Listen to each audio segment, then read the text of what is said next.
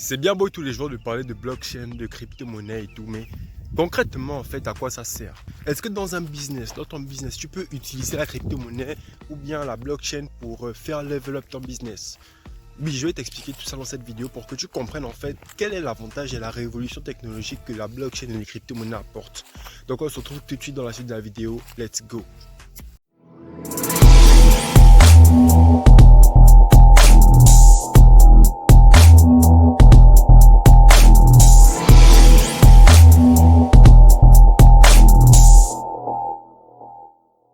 Bonjour à tous et bienvenue sur Crypto Afrique Future.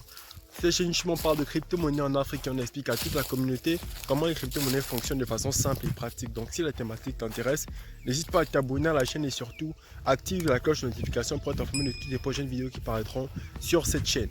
Je te promets que cette vidéo là va être très intéressante parce que ça va te permettre de voir une nouvelle perspective de la crypto-monnaie. Il n'y a pas vraiment de vidéos qui en traitent sur YouTube. Donc là, ce sera une première qui va te permettre de te projeter un peu plus loin dans le futur lorsqu'on parle de crypto-monnaie, lorsqu'on parle de blockchain.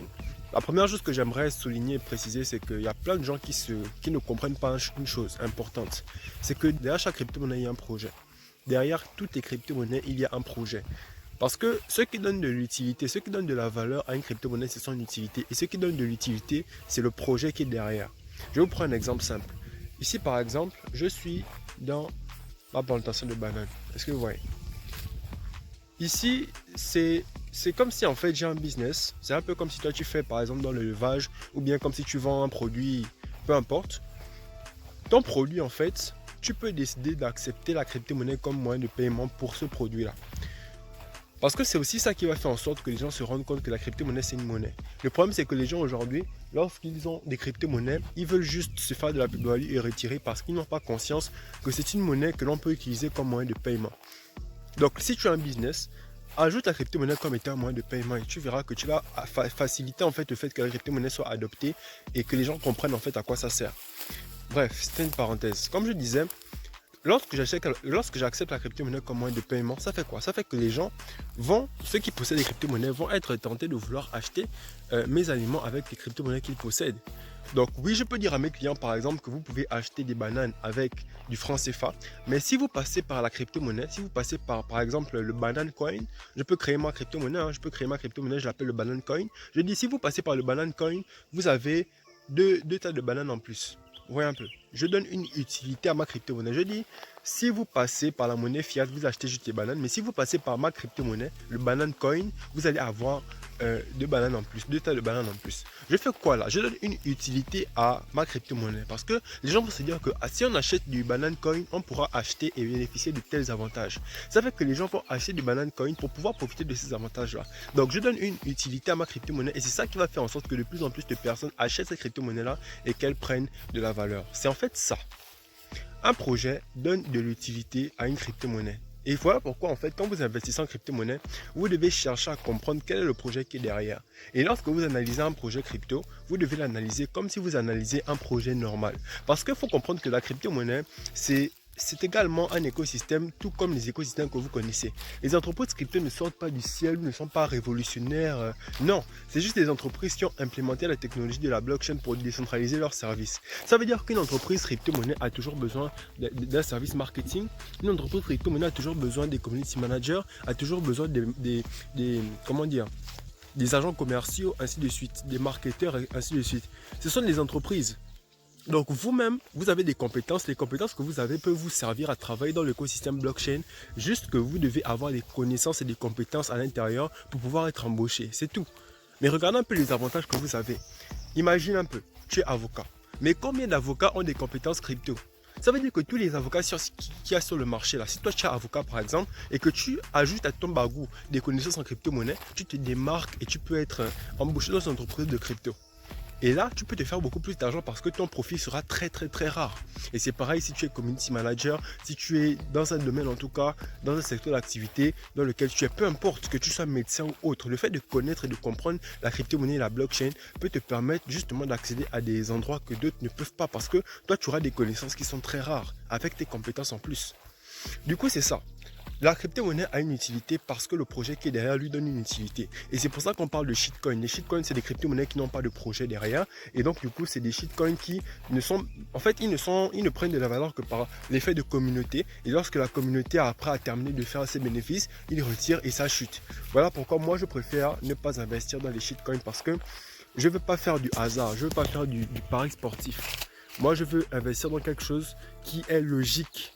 Si par exemple, mon bananera grandit, ça veut dire que j'aurai plus de clients et ça veut dire que j'aurai plus de personnes qui vont acheter mon banane coin. Vu qu'il y aura plus de personnes, l'offre va augmenter par rapport à la demande va augmenter par rapport à l'offre autant pour moi et donc du coup ma crypto-monnaie prendra de la valeur. C'est logique parce que si je fais croître mon business, automatiquement ma crypto-monnaie va croître. Il faut comprendre ça les gars, il faut comprendre ça, c'est comme ça que ça fonctionne. Maintenant la blockchain. Comment on peut utiliser ça ici? Parce que là, je vous ai montré comment on peut utiliser la crypto-monnaie dans un projet et que tous les projets qui existent fonctionnent comme ça en fait. Tous les projets qui existent fonctionnent comme ça. C'est-à-dire qu'on a un projet derrière et la crypto-monnaie, c'est une utilité que ça permet d'avoir. Lorsque tu l'utilises, tu peux avoir accès à certaines choses, etc. C'est vrai que ce n'est pas exactement comme ça dans tous les projets. Chaque projet se développe à sa manière, mais voilà une utilité de la crypto-monnaie dans le monde physique. La blockchain. Comment on peut utiliser la blockchain ici? Alors, il faut comprendre que la blockchain, c'est une technologie qui est transparente, décentralisée et sécurisée. Sur la blockchain, lorsque tu mets une information, tu ne peux plus l'effacer. Pourquoi? Parce que c'est un registre public. Tout le monde peut y avoir accès. Tout de suite, vous pouvez aller sur Google et taper, par exemple, Etherscan. Quand vous tapez Etherscan, vous allez arriver en fait sur la blockchain Ethereum et vous allez pouvoir voir toutes les transactions qui sont effectuées à l'instant T. Si, par exemple, on dit que la blockchain, c'est une technologie de stockage, qui permet de faire des transactions de façon décentralisée, sécurisée et transparente, il faut comprendre que ça ne stocke pas que des transactions, mais ça peut également stocker des commandes. Si par exemple, j'ai un client tout de suite qui veut acheter des bananes, moi, grâce à la blockchain, je peux stocker cette commande. Mais on va encore aller plus loin. Beaucoup plus loin. Imaginez par exemple que je viens de lancer ce bananeraie là et que je décide de suivre en fait l'évolution de ce bananeraie et que chaque évolution du bananeraie, je mets ça dans la blockchain. Ça veut dire que je vais mettre dans un endroit où le client peut y avoir accès, donc peut vérifier la véracité de ce que je dis. Si je dis par exemple que mes bananes sont bio, le client peut vérifier que c'est bio parce qu'il va sur la blockchain et il voit l'évolution. Sur la blockchain parce qu'il est sûr que c'est décentralisé. Il est sûr que c'est vrai ce qu'il voit parce que c'est décentralisé. Ce n'est pas moi qui ai le contrôle dessus. Moi, je ne fais que rentrer les informations par rapport à l'évolution, mais le registre il est tenu par tout le monde, par tous les utilisateurs. Donc il n'est pas manipulable et contrôlable par moi. Moi je peux juste venir dire que bon, aujourd'hui j'ai planté telle banane. Voilà ce que je lui ai donné à manger. J'ai fait ceci, j'ai fait cela. Je mets l'évolution sur la blockchain. Comme ça mon client, lorsqu'il mange sa banane, il sait exactement quelle est l'évolution de sa banane. Qu'est-ce que sa banane a été, combien de fois sa banane a été nourrie, qu'est-ce que j'ai utilisé comme engrais, si j'ai utilisé des engrais, à quel endroit il a été mis, son évolution, ainsi de suite. C'est un peu comme si par exemple ton poulet, tu pouvais en fait savoir exactement à quelle date est né ton poulet, qu'est-ce qu'il a mangé pour grandir, son trajet, il est passé par quelle boutique, par quelle boucherie, ainsi de suite. La blockchain te permet de retracer en fait les aliments que tu manges. Donc je peux créer une blockchain qui me permet de faire la traçabilité de toutes mes bananes pour que mon client puisse être conscient de ce que sa banane a subi lorsqu'elle était en train de pousser, lorsqu'elle était en train de grandir, jusqu'à ce qu'elle arrive à son assiette.